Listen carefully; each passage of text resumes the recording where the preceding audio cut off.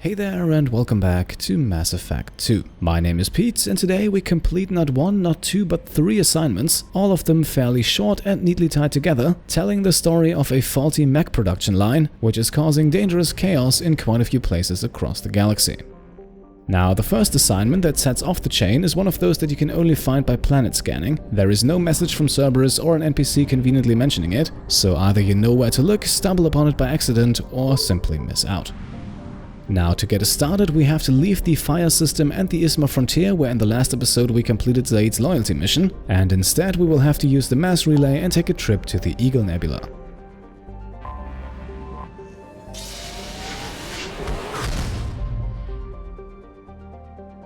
We have been here before in our efforts to recruit the Krogan Dr. Okir, and in doing so we also completely scanned the starting Emir system, so while we are getting some fuel and probes here, we will have to travel elsewhere. And our system of choice today, that is the Amun system, where we will in just a moment detect an unusual anomaly. Before we do though, there are 4 planets to scan, not counting the one the first mission will actually take place on. First up, we have the gas giant Sobek, and the moons of this planet were actually once used as Batarian slave camps, which might explain the presence of at least some minerals. In total, we can get our hands on 2,000 iridium, 3,500 platinum, and roughly 4,000 palladium. From the gas giant, we travel to the garden world Anhur. Just like Sobek, by the way, another name rooted in Egyptian mythology. The planet itself, meanwhile, once again shaped by the conflict between humans and Batarians, who both with their own ways attempted to harvest the natural resources of the planet. And today, some of those also end up in our hands, as we leave with a very valuable 7,000 units of element 0, as well as with 4,000 units of iridium, 11,000 units of platinum, and 5,000 units of palladium. Up next, we then have Sekhmet, named after an Egyptian warrior goddess, and another gas giant housing several refueling stations.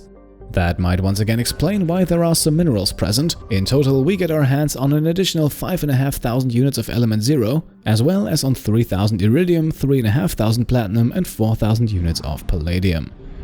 Moving on, we travel to the small gas giant Bast, unsurprisingly once again referencing an ancient Egyptian goddess, and also once again housing a small amount of minerals, as we make our exit with 1,500 iridium, just over 3,000 platinum, and 3,500 palladium. And that now only leaves Neath, the planet where our mission will take place. And the name here is once again of Egyptian origin, while the planet itself was a major site in the Anhur rebellions, a conflict between the Batarians and humans. Beacon process interrupted. Translation error. Status of system operator is not known. General distress. Beacon process interrupted. Translation error. Status something on our sensors. Right, so here we have our distress signal. Scanning the surface then reveals the wreckage of a merchant freighter, however, no signs of organic life.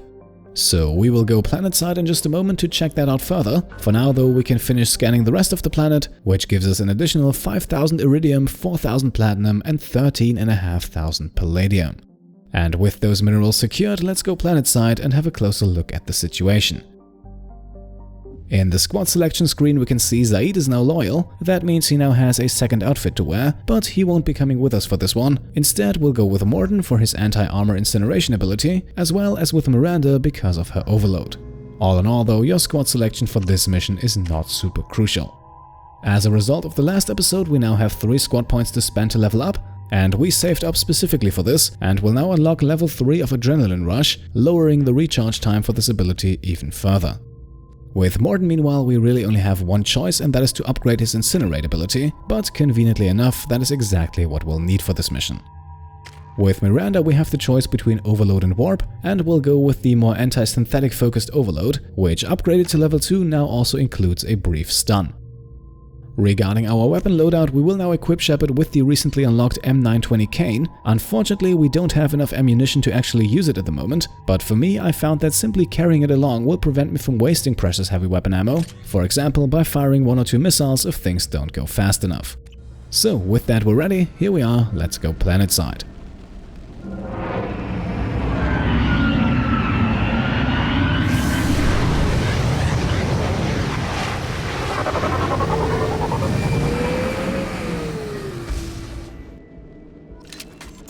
A sandstorm is approaching from the northwest. Proceed with caution. Alright, the area looks like a proper crash zone, and just behind the shuttle we can immediately find our first platinum container, and more valuable wreckage is over on the right here where we can find some damaged mech parts. Our first piece of intel is then right across from it, as the system status report tells us a bit more about what happened. We can read, for example, that both of the ship's fusion cores have suffered catastrophic damage, probably one of the main causes for the eventual crash. The navigation systems also seem to have failed. Before the crash there was apparently no way to manually control the ship anymore, and Captain Kratt, the man or woman named at the top left of the screen, also logged out the VI by executive command. We can also see that the ship's sensors went offline before the crash, however the crew seemed to be aware that they were on a collision course. Life support system then seemed to have been compromised at least temporarily, and once again we can see that Captain Kratt had to log out the VI from taking over control. For a change then, the shields seemed to be in peak condition before the crash, although that was apparently not enough to save the crew. No surprise to read then that the VI network was apparently contaminated, and at this point I think we can assume that the ship's VI played a major role in the crash. Finally then, the communication systems have also been damaged, but the ship was still able to activate the distress beacon, which is how we eventually ended up here. So I think that sheds a bit more light onto what happened. Still, it's not quite clear how the ship's VI went rogue in the first place. In our investigation attempts, we of course do not want to overlook any valuables, so we will make sure to salvage another pile of damaged mech parts before we then take the left path here, proceeding closer to the crash site. Over on the side we can find another platinum container, and then across on the other side the navigator's log. Captain, short-range sensors just went offline and I'm locked out of helm control. The VI is reporting malfunctions all over the ship. Right, so the log entry here pretty much confirms what we already know. For some reason the ship malfunctioned and the crew lost control. Attention all hands. We are on a collision course and losing systems fast. Report to the escape pods immediately. This is not a drill. This log entry then here a lot more serious, ordering the crew to abandon ship via the escape pods, although at this point we don't really know whether or not they managed to escape. The shipping manifest then not only reveals the name of the ship, the MSV Corsica, but it also tells us about the goods on board.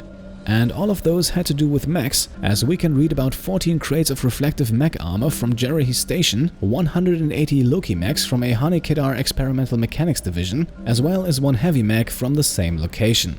All of the freight was meant to be brought to an ERCS facility, which is short for the Elanos Risk Control Services, a manufacturer of weapons and armor that you might remember from Mass Effect 1. After salvaging more damaged mech parts and grabbing the third of 4 platinum containers, we can now once again move closer to the wreckage.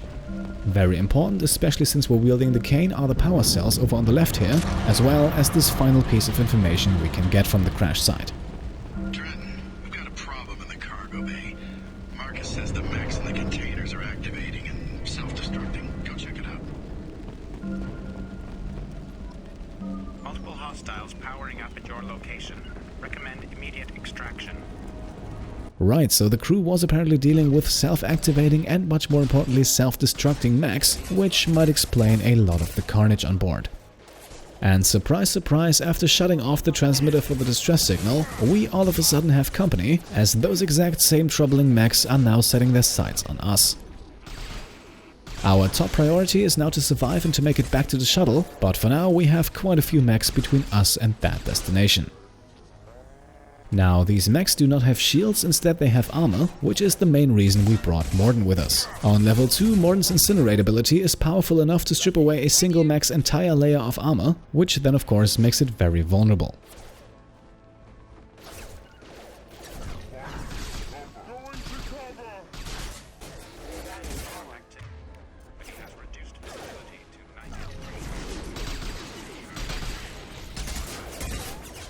The Incinerate ability actually also has a bit of a radius to it, so if it is launched at a mech that is closely surrounded by its allies, those allies might suffer the same fate, and that way it is possible to strip away the armor of multiple enemies at once.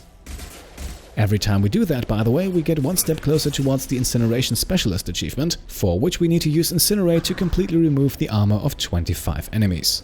Now, we started this episode with 0 successful incinerations, but knowing what's still left to come, we might actually unlock the achievement near the end of it. Now, for our retreat, we are once again sticking to the left here, however, this time of course looked at from the other direction, and we're doing that because there is another platinum container on this path, which we can now easily grab while we make our way back to the shuttle.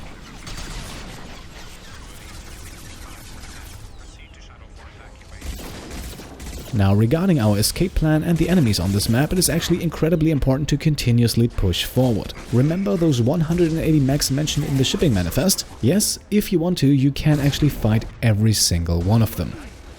Additionally, as you can see, the one heavy mech is also joining the party, so I would strongly advise against making this a test of endurance. Instead, it is a very good idea to move from cover to cover whenever you get the chance. Both Morden's Incinerate as well as Miranda's Overload should give you 1 or 2 seconds of breathing room here and there, which is, with full shields at least, enough to gain a little bit of ground. In doing so, you will eventually deactivate certain spawn points across the map, which then of course reduces the number of enemies you have against you.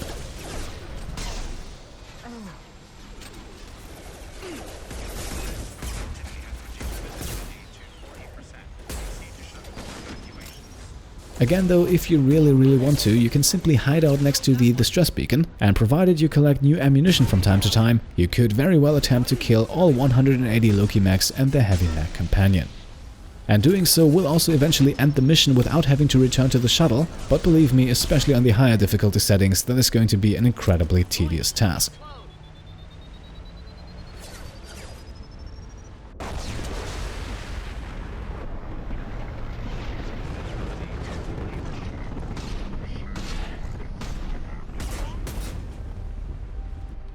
By the way, you may have noticed the shuttle VI chiming in from time to time, informing us of the sandstorm getting closer and closer. If you are now wondering whether or not there is a secret timer running out in the background, then don't worry, there is none. The VI messages actually serve more as a measure of progress, and it is actually possible to stay here indefinitely, again though that would bring the aforementioned problems with it. Now though that we're close to the shuttle and with no enemies in the immediate vicinity, I think it's time we make our exit while we still can.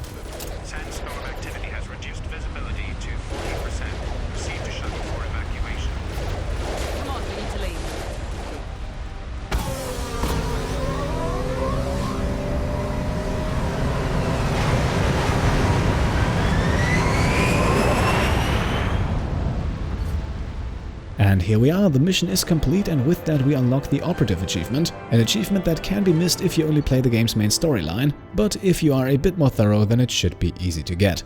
Our rewards for the mission are 125 XP, 7,500 credits and 2,000 units of platinum. Not a whole lot, but of course we are far from done yet. Commander, you've received a new message at your private terminal.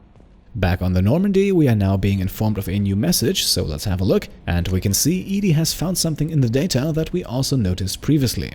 As you might remember, Jarrahe station was mentioned as the source of the mech armor crates, and that station was actually also the last known location of the MSV Corsica. So chances are that if we travel there, we might find out more about what happened and what caused all of those mechs aboard the Corsica to malfunction. So with that, we now have our next mission. Let's get moving. No messages for you, Commander.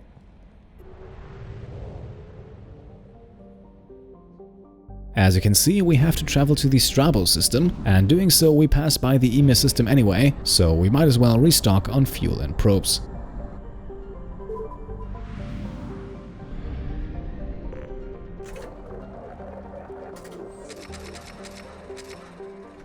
Once we have everything we can continue, but don't worry, we don't have another long mining session ahead of us. Instead, the system only has one planet, which I assume Jarrahe station is orbiting around. The gas giant Antigar, meanwhile, does not have an all too interesting history, so let's just be happy with the fact that it gives us roughly 3,000 units each of iridium, platinum and palladium. And with that out of the way, our next destination is now of course Jarrahe station. All we know is that this is apparently some sort of mech facility, and that the Corsica docked here not too long ago. Let's dock the Normandy and find out more.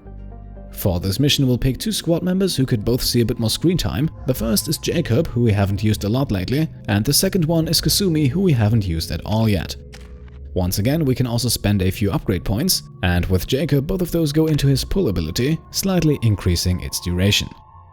With Kasumi then we'll approach things in a slightly different manner. With all squad members before, we always maxed out the class-specific passive ability first. In Kasumi's case that would be Master Thief. However, there are reports of Master Thief being a bit glitched, and regardless, Shadow Strike is so much more powerful. It is basically a high damage sneak attack, very strong against powerful isolated opponents, so exactly the type of thing you need when you're fighting some of the stronger unique bosses in the game. Regarding its evolution then, we have the choice between Deadly and Rapid Shadow Strike. And I admit this was not an easy one for me. Deadly Shadow Strike appeals with its incredibly high damage output, which once again could make some of the tougher fights in this game a lot easier. Rapid Shadow Strike on the other hand deals slightly reduced damage, but comes with the unique feat of an 80% cooldown reduction if the target is killed. What that means is that you can in theory use Rapid Shadow Strike in quick succession every 2 or 3 seconds, provided of course it's always the killing blow. Now, on Insanity difficulty, with enemies generally being a bit tougher, that is of course not as useful as it is on the lower difficulties, but if you carefully manage your opponents and use it strategically, then it is still absolutely possible to use it several times in quick succession, and that in my opinion makes it just too good to pass up on. We are now left with 3 points and 1 each goes in Overload and Master Thief. That gives us a second ability when Shadow Strike doesn't work, and it also slightly upgrades a few of Kasumi's stats, which at this point should still work as intended. The weapon loadout then remains unchanged. We are still going in with the M920 Cane, while Jacob has a shotgun and Kasumi a machine pistol next to their regular pistol.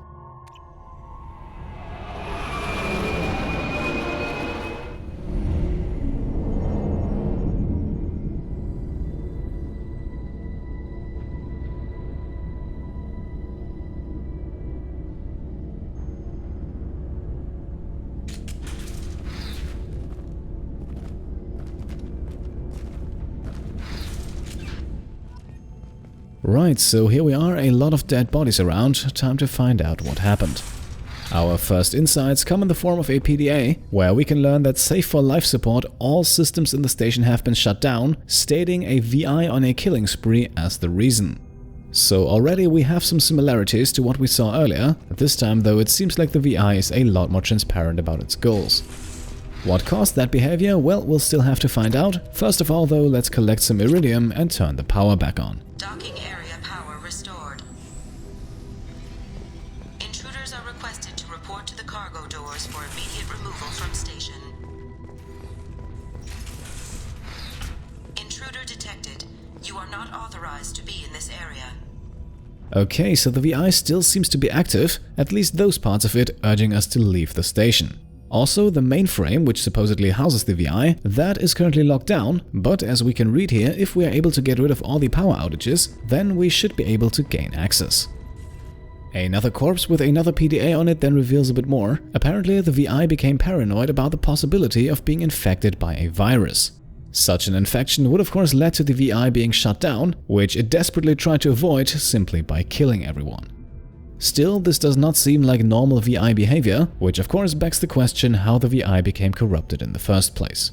In any case, our task is now to fully restore power to the station, and there are 3 areas leading away from the central mainframe, and of course we'll go through each one of them, starting off with the living quarters.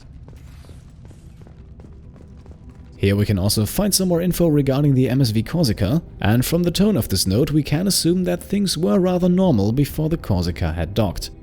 So whatever caused trouble on the Corsica as well as on the station likely did not originate here, still it can't hurt to keep looking for more clues. Moving on, the door over on the left here is locked, at least for now, so we can only take a right, collect some credits and then once again restore the power. Living area power restored. The living area doors have been closed to quarantine a threat to this station. Advise intruders to engage self-destruct procedures to avoid death by starvation. 2 doors enabled. 5 doors enabled. With power back on, we also have access to the door control system, and using the computer on the left and then the one on the right unlocks all 5 doors in the area, allowing us to proceed. The previously locked door now leads us into an area with a few personal lockers, and well, since the station personnel does not appear to need them anymore, we might as well help ourselves to a few credits. That's the living quarters complete, so 1 down, 2 more to go, as we can now return to the mainframe back the way we came. All intruders intentionally violating quarantine are requested to exit the station immediately. Next up we have engineering, which is pretty straightforward if we manage to make it through alive. Got it. Plasma venting in progress. Attempting to reach the maintenance controls will most likely result in serious injury or death. As you can see here, the plasma vents are pretty dangerous, and in all likelihood, while making your way through, at least one, maybe even both of your squad members will go down temporarily. Still, as long as Shepard stays alive, you don't have to worry about that, and at this level we are able to take at least 1 or 2 hits. Next to 2 personal lockers, we then also have another PDA confirming our initial suspicion, as we learned that trouble only started after the Corsica had docked. So apparently there was something faulty on that ship already, so after we're done here it might make sense to retrace its steps further. For now though, we can move on through more plasma vents, and again, don't worry about your squad members here. Even if you tell them to stay put, they will very likely ignore that soon after because you're not in combat, but for that exact same reason they will also not stay down for long. All attempts to decontaminate station have failed. Require more power to escalate defenses. Maintenance area power restored. With the power turned back on, the situation then improves. The plasma venting has stopped and we can make our way back safely. By the way, I think it's actually possible to turn the power back on from downstairs. As you can see, the power console is just above us here, so if you're playing this yourself, feel free to test it out. Maybe it will save you a few seconds. With engineering also taken care of, we now only have one more area that we need to restore the power in, and that would be the research lab. And once again, the initial process is pretty straightforward. After grabbing the final 2 iridium containers on the station, we can simply flick the power back on. Research area power restored. Quick break in the action because the VI will now start talking a lot. With the power back on, we are now being locked in. That is until we can solve another small puzzle, in which we have to reroute a laser beam until it destroys a tank in the back of the testing area. Beam engaged. Testing area has been locked. Reflective armor prototype repositioned.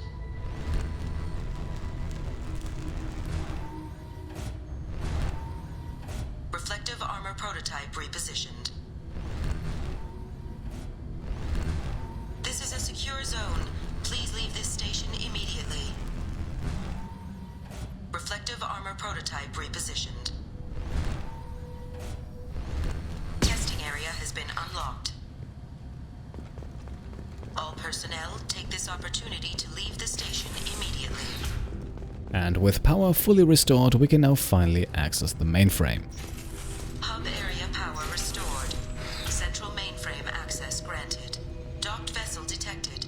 Attempting to upload central programming into docked vessel's mainframe. Now, of course, we don't want that. After all, we have seen what the VI is capable of, so let's end this once and for all.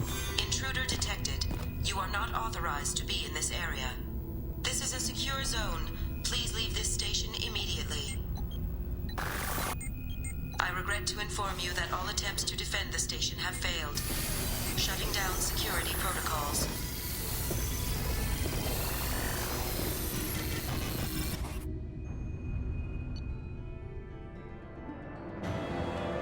Right then, that is the second of 3 missions in this video complete. Again, our rewards are nothing spectacular. The XP and credits are the same as last time, and the amount of minerals is also the same, only this time it's iridium instead of platinum.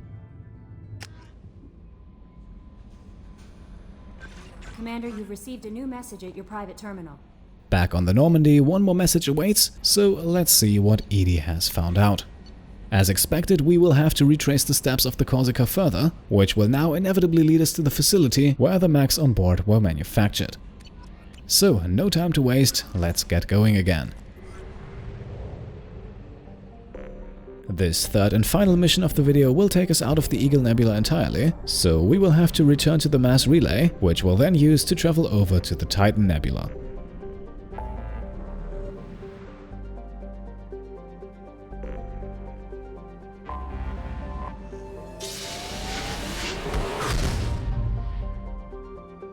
Here we find only one single system with one single planet inside, so let's fire up the scanners.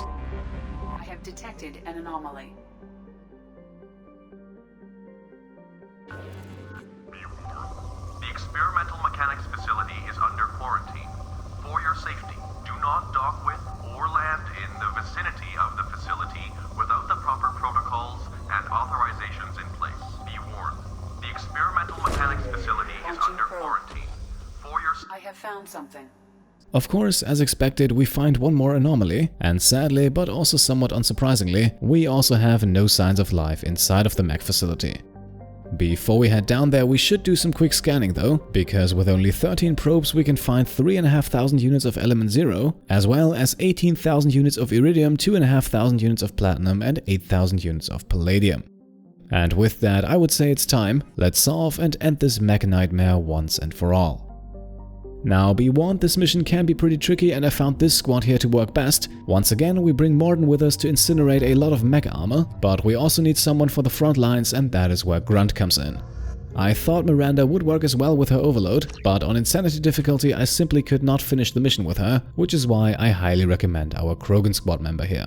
With Grunt we then also have 2 squad points to spend, but we only have the choice to further upgrade Concussive Shot, so let's do that, it will come in handy soon enough. Weapon-wise, we make no changes for Shepard, but for Grunt we do. We recently researched the Claymore shotgun exclusively for him, and since that weapon is a clear upgrade over the katana, making the switch here is a very good idea. Apart from that though, nothing else changes, so let's head Planetside.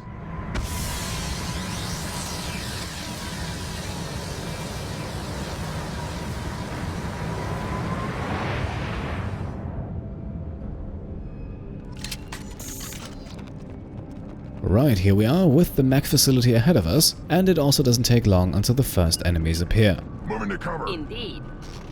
Up until this point, things are still fairly easy to handle though. With all 3 squad members in cover, your first priority should be the Fenris mechs, but as long as you don't get too close, those 2 should be easily taken out. Headed for cover. The remaining 2 enemies are then outnumbered and therefore nothing to worry about. However, it might be a smart idea to freely use abilities in this fight, and maybe, if possible, let your squad members do the heavy lifting. That way you could save a bit of ammo, and that might be useful later down the line.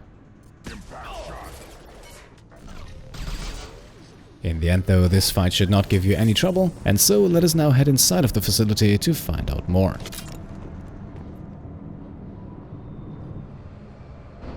We are immediately greeted by another dead body, so things are looking grim here as well, and the mechs, well, they're also not too far away. This one though does not survive for long, which might be a sign of things to come. But first, before we continue, let's get our hands on some credits, 3,750 to be exact, hidden inside of a locked wall safe. Up next, we then also have a computer terminal with 4 log entries, and they reveal a bit more about what happened here in this facility. First of all, we have a recall notice stating that the facility's new circuit board supplier sent them faulty obedience processors. It also says here that these processors caused a systematic breakdown of associated components, which might explain not only the hostile behavior of the mechs we encountered, but also the numerous problems aboard of the MSV Corsica, as well as the malfunctioning VI back on Jarrahe station. However, it also seems like this recall notice came a bit too late, because by the time it arrived, the Corsica had already left the facility with a full load of infected mechs on board. Furthermore, we can also learn that the scope of the problem seems to have been underestimated for a while, because even though the facility discontinued the use of the faulty parts, whatever they were infected with had already spread across the production lines, and so even newly manufactured mechs were hostile and started assaulting workers. In the 4th and final log entry, we can then read how the situation escalated. Facility personnel was apparently not able to stop the mech production, and so in the end the robots overran everyone inside, leaving no survivors. And that is now the point where we come in, with the goal of taking out the remaining mechs and disabling the production line for good. Seems deserted. Wonder if anyone's still here. Another datapad over on the left here then gives us a bit more details about how the fight went, and well, in the beginning things were at least somewhat organized. The workers had set up a barricade and were holding their own against the mechs, and they got even further, making solid progress towards the production line control room, and even at this point they remained optimistic with things being relatively quiet, but judging from the dead body we found this datapad on, that quietness was only an illusion. Maybe the mechs were only hiding. In the end, the workers didn't get further than this, so let's hope that we can do a better job. We'll avoid direct fire. Incoming! Our first enemies inside the facility are then 2 Fenris mechs. I mismanaged this fight a bit by having Morden switch weapons instead of using Incinerate, and by the time his ability was good to go again, we already had both enemies down. However, from this point onwards, we cannot really afford to make any more mistakes like this, as we are now heading into what, at least for me, might have been one of the toughest fights in this entire series. But as usual, let's take things step by step. Before we continue, let's not overlook the Element Zero container over here, and then, with more mechs coming in, let's have our squad members stay in cover while we do the same. Regardless of whether or not you're short on ammunition, this is a very good point to switch over to the sniper rifle. Elevated position and a bit of distance between you and the enemies. That is a luxury that will not last long in this mission, so we might as well make the most out of it. In the meantime, don't forget to incinerate whatever you can. This will then also make the job a whole lot easier for your squad members. Very important, once the first wave seems defeated, stay in cover. As you can see, there is another group coming around the corner here, and on the way down there is not a whole lot of cover, so I think simply staying up here and taking things slow is a very good choice.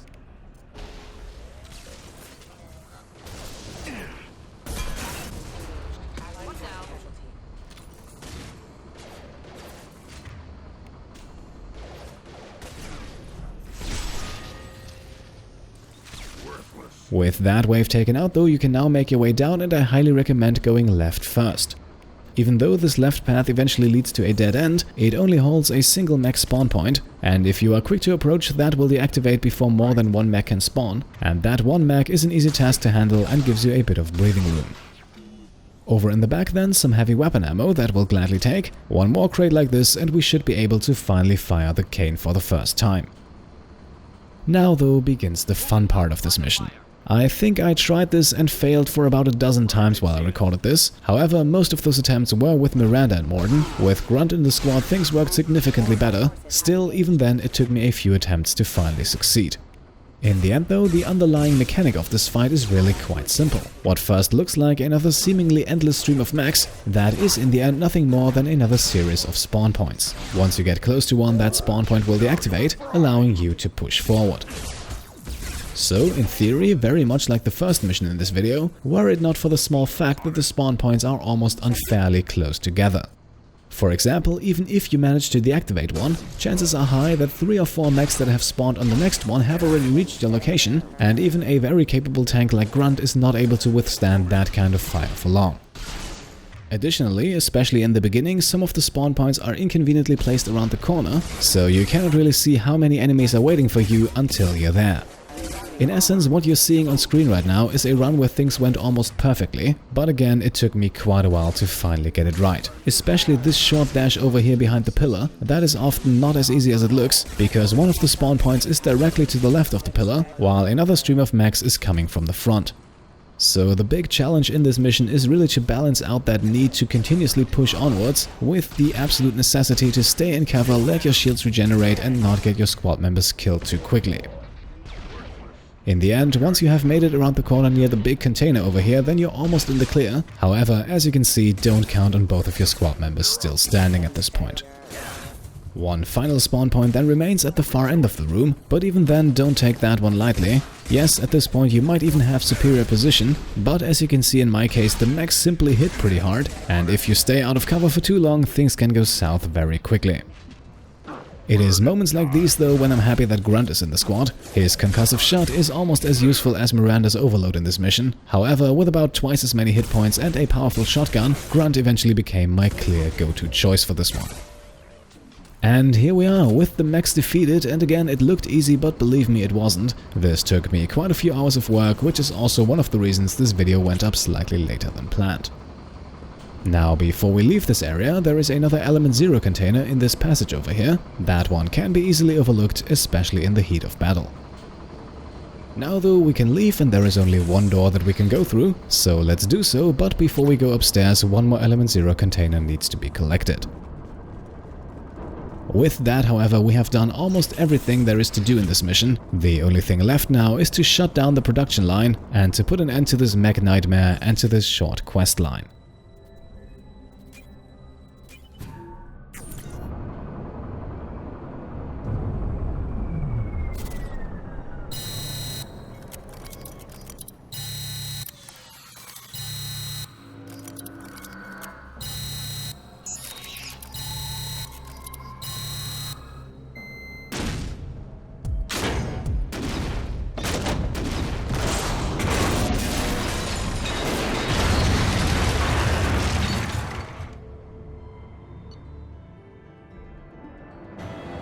And here we are, with the third and final mission in this questline completed. All infected mechs have been deactivated, and we can now harvest the rewards of our hard work, which are once again very similar to what we earned before: 125 XP, 7,500 credits, and 500 units of Element 0.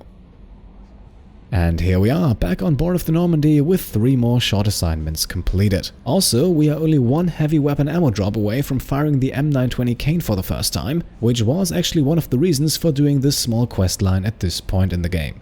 I hope you enjoyed it. I always think these short side quests that tie into each other should ideally be done in one go to get the most out of them. So if you liked this episode, then of course I would be happy if you could leave a thumbs up. And as always, if you want to support the channel further, then you can subscribe to stay up to date on all the latest videos, or you can also support the Pete Complete Patreon. Thank you all for watching, and I'll see you next time. Cheers.